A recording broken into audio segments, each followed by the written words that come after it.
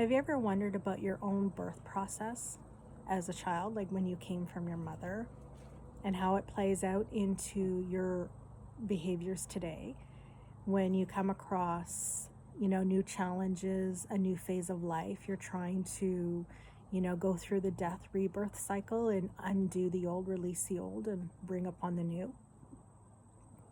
I have wondered that, and I have always struggled with the transformation process. And I found this passage in Marion Woodman's book, The Pregnant Virgin, The Process of Psychological Transformation. And I'd like to read it to you because it was so profound that I had to sit and digest it and be with it, because it really resonates with why I find so much challenges with the rebirth process, and why I think other women might be the same way. So let me read this passage for you. I have found that individuals tend to repeat the pattern of their own actual birth every time life requires them to move onto a new level of awareness.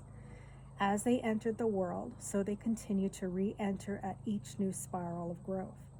If, for example, their birth was straightforward, they tend to handle Passovers with courage and natural trust. If their birth was difficult, they become extremely fearful, manifest symptoms of suffocating, become claustrophobic psychically and physically. If they were premature, they tend to always be a little ahead of themselves. If they were held back, the rebirth process may be very slow. If they were breech birth, they tend to go through life ass backwards, end quotes. If they were born by cesarean section, they may avoid confrontations. If their mother was heavily drugged, then they may come up to the point of Passover with lots of energy, and then suddenly, for no apparent reason, stop or move into regression and wait for someone else to do something. Often this is the point where addictions reappear: binging, starving, drinking, sleeping, overworking, anything to avoid facing the reality of moving out into a challenging world. Does that resonate with you? That just resonates with me so much. And I don't know much about my birth. I'm not in contact with my mother.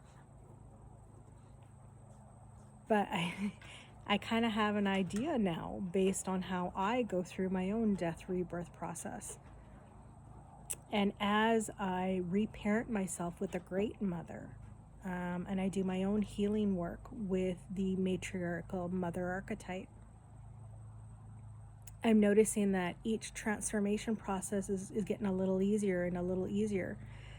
And I'm wondering if I am now, because of neuroplasticity, if I'm now healing the wounds of my own traumatic birth, which I think I had.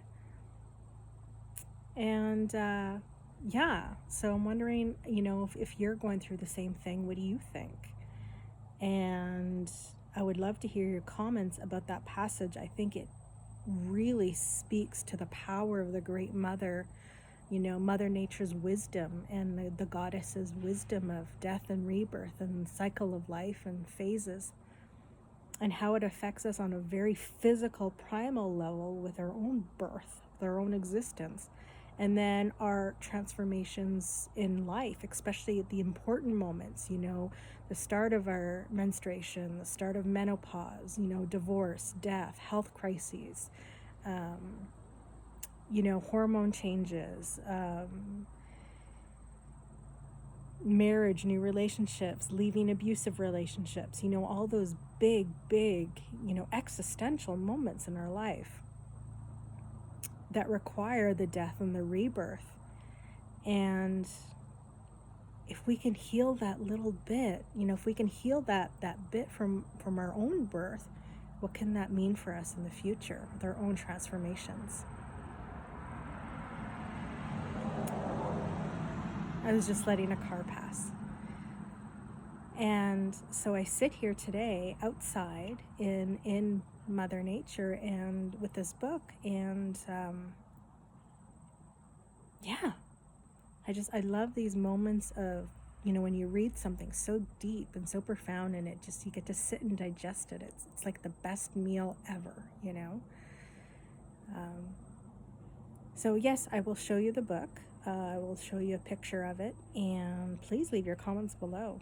I would love to hear what you think about it in the process, in regards to matriarchy and woman power, and also in regards to your own personal healing and what it means for healing from the patriarchy.